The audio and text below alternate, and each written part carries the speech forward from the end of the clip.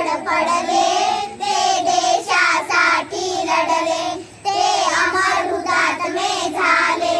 हा राष्ट्रध्वज साक्षीला करू आपण वंदन याला, जय गीत गाऊया